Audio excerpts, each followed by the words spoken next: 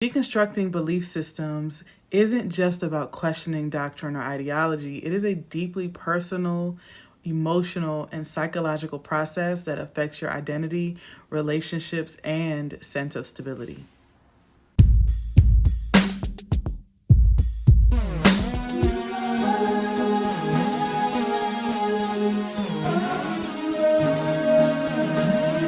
This is week 3.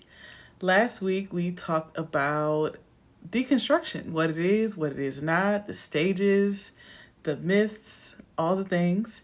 And then we focused on doing a belief map, which will be important because this week's assignment is going to build upon that belief map that you worked on last week. This week we are going to dig a little bit deeper into our personal beliefs. Today's lesson will be exploring and reflecting on how our personal beliefs can lead to emotional upheaval, cognitive dissonance, and personal transformation. By understanding the psychological and emotional aspects of deconstruction, you can navigate this journey with greater self-awareness and compassion. From childhood, we are taught what to believe about ourselves, others, the world, and even the divine. These beliefs shape our sense of identity, our moral framework as far as what is right and what is wrong, our perception of safety and what makes us feel secure, our purpose and meaning. When we begin to question these foundational beliefs, it can feel, and often does feel, destabilizing. Deconstruction is not just an intellectual exercise. It is an emotional reckoning with what we have held as truth. What are some of those challenges? Number 1, cognitive dissonance. Cognitive dissonance occurs when we hold two conflicting beliefs at the same time. For example, if you were taught that questioning authority is wrong, but now feel compelled to challenge a religious or cultural teaching, your mind struggles to reconcile these opposing ideas. Some symptoms of cognitive dissonance are anxiety and discomfort, mental exhaustion, rationalizing old beliefs to avoid distress, or feeling torn between loyalty and personal truth. Can you recall a time when you felt this internal conflict? What did it feel like? And what did you do? Number 2 is grief. Deconstructing personal beliefs often feels like a form of grief. The loss of certainty, community, a former version of yourself, etc. Psychologist Elizabeth Kubler-Ross details 5 stages of grief: denial, anger, bargaining, depression, and acceptance. These can also be applied to deconstruction. Denial might sound like, I can't question this. What if I'm wrong?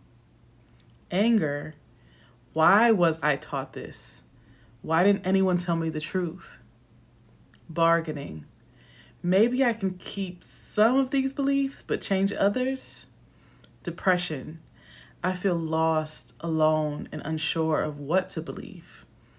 And acceptance, it's okay to question. I'm creating my own path right now. Where do you fall in the stages of grief? Have you noticed yourself moving in between these stages?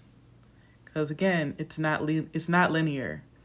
So it's not like you start at denial and end up at acceptance in that same order. You can bounce around. The third emotional challenge that I want to highlight is identity crisis. Many people define themselves through their beliefs, whether they be religious, cultural, political, and or philosophical. When those beliefs start to shift, it can trigger an identity crisis and feelings of isolation. Some of the questions that arise: what do I believe now? Will my family and friends still love me? Will they accept me? Who am I if I no longer believe what I used to? How has questioning your beliefs impacted your sense of self? Now, how do we begin to navigate these emotional challenges while we're on this journey? First, we can understand that these challenges can actually help you approach deconstruction with greater compassion and resilience. Here are some strategies. Number 1, give yourself permission to question.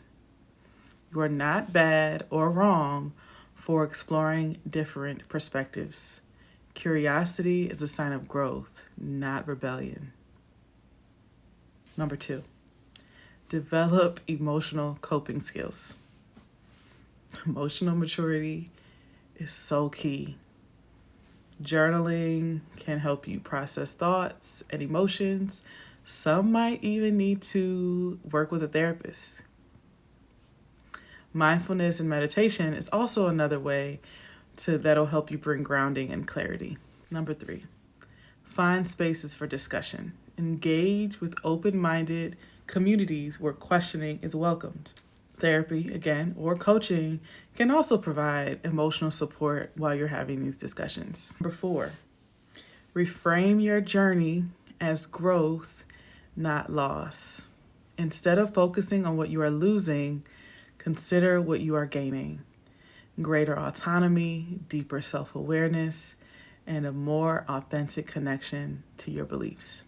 As I mentioned in the beginning of this lesson, this week's assignment is going to be building on your belief map that you did last week. And if you didn't do it, then you need to go back to last week's assignment and do your belief map and then come back here, because now we need to replace that belief. So, step 1, we're going to take the old belief that you want to replace. In my case, the belief that I was working through was skinny equals beautiful. Step 2, reframe the narrative. What truth or empowering perspective directly counters that old belief? For my belief, as an example, beauty is not a size. Number 3, craft your new empowering belief. Because I no longer believe that skinny is the only way to be beautiful. I define my beauty, and I am already more than enough. And I radiate beauty at any size or stage of my journey. Step 4, anchor that new belief with evidence.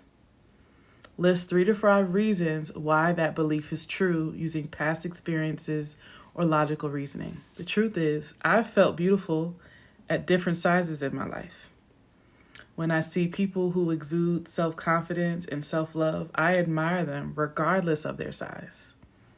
And beauty standards have changed throughout history and are different depending on your culture. So they are not the absolute truth. Step 5, integrate that new belief with daily practices. My favorite for beauty is mirror work, standing in front of the mirror and saying that belief out loud, saying affirmations. Step 6, embody the belief through action. Wear something that makes you beautiful. Post a picture to celebrate your beauty. Treat your body with love. In conclusion, reflecting on your personal beliefs is a powerful step in deconstruction, but it also is emotionally and psychologically demanding. It requires courage to face cognitive dissonance, grief, and identity shifts. But with the right tools and support, it can lead to a profound personal transformation. Remember to be curious, show yourself compassion and patience, and know that deconstruction is not about losing yourself, but about finding and embracing a more authentic version of who you are. Until next week.